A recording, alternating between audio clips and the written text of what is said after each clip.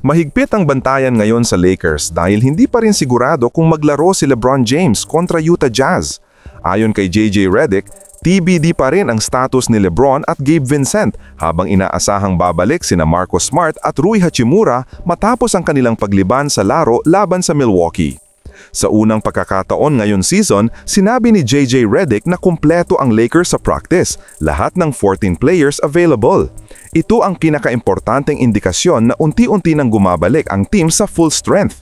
Pero ang pinakamalaking tanong pa rin, maglalaro ba si LeBron James bukas?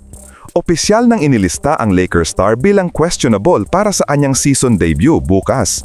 Ayon sa team, nakadepende ang lahat sa magiging reaksyon ng kanyang katawan matapos ang full practice, lalo na dahil may iniinda siyang sciatica, isang kondisyon na minsan ay sobrang sakit at matagal bago mawala.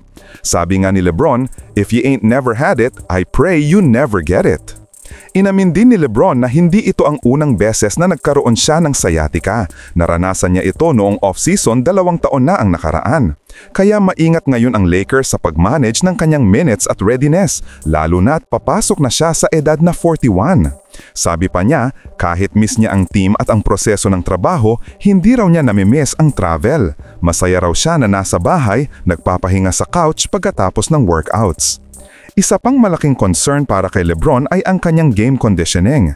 "My lungs feel like a newborn baby. I got to get my lungs back up to a grown man." Ayon sa kanya, kailangan niyang makita kung paano magre-respond ang katawan niya bago magdesisyon kung lalaro ba siya kontra Jazz. Samantala, malaking balita rin ang pagbabalik ni Marcus Smart at Rui Hachimura. Parehong hindi nakalaro sa Milwaukee game pero inaasahang magbabalik ngayong laban at magdadagdag ng depensa, energy at stability sa rotation. At may dagdag na perspective si Austin Reeves tungkol sa magiging epekto ni LeBron kapag sabay sila sa court ni Luka Doncic.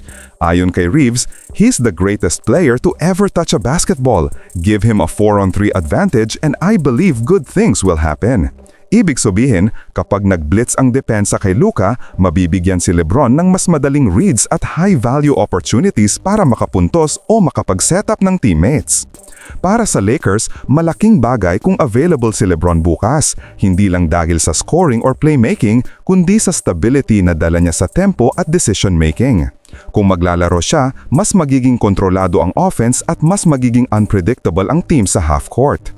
Kung maglaro si LeBron kontra Jazz, magiging instant boost ito sa spacing, shot creation at leadership, lalo na sa mga late-game possessions na paulit-ulit naging problema ng Lakers.